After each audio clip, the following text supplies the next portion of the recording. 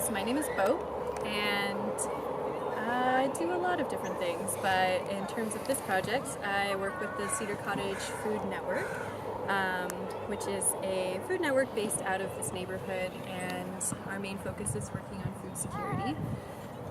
So this project behind me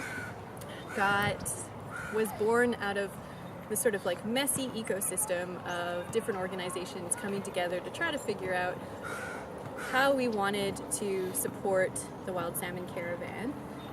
I myself have been helping organize with the Wild Salmon Caravan for the last year, and they asked us to create some sort of art build to prepare for the Wild Salmon Caravan, to get excitement ready and just sort of help ground yourself in the process before October 7th, before the main event. And when I was talking with my colleagues, we discussed what kind of art build makes sense for us, since we work a lot with food and land and indigenous sovereignty. And so we decided to build a medicine wheel garden. I never thought that we would actually get approval for the medicine wheel garden to happen. And they said no originally, but after some convincing, we managed to convince the Parks Board that this was a project worth putting in this park. It is the first garden in the park, so it was pretty precedent-setting for us to do. And the idea behind the garden, it will be planted with native, medicinal, and edible plants that our indigenous communities in the city can access at all times of the year. So we're putting in some really, really amazing plants. Plants that are also really beneficial to wild salmon, and the site that we chose for the garden is a pretty important one. It's the site of one of the dry stream beds in what used to be one of the streams that connects sort of this whole part of East Van that the wild salmon used to flow up through. And some of those are sort of being daylighted and worked through, and we're seeing salmon coming up now. So having a garden where the indigenous people can access the plants and medicine that they have traditionally used for thousands of years is really important, but also having a garden that the wild salmon can access the plants and medicine that are important to them too was really important. So that's the story behind this project today. Personally, what drew me to the Wild Salmon Caravan is I was really looking for the connection to the land. So I've lived along the Fraser River my whole life, and I have almost no connection to the river itself.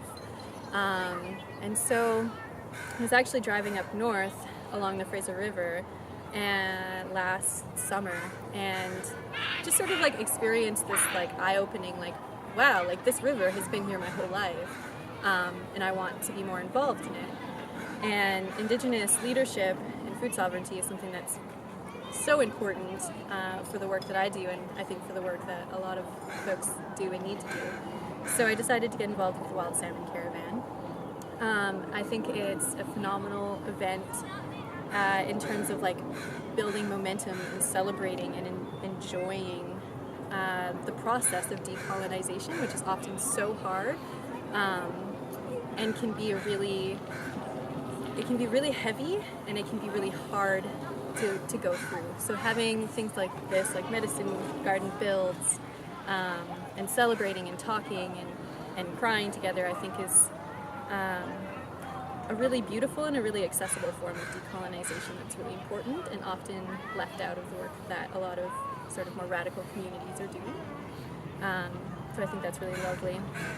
And then wild salmon themselves, I think, are such a beautiful symbol of the work that we're really working towards in terms of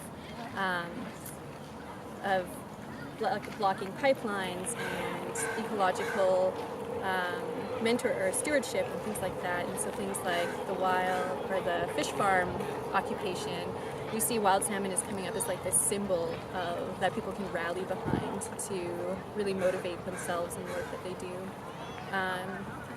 And I mean, they're just amazing species in general. They're like a pinnacle species for this land and for the people here, and the non-human populations as well too. So I think they're really, really important, and we need to celebrate them.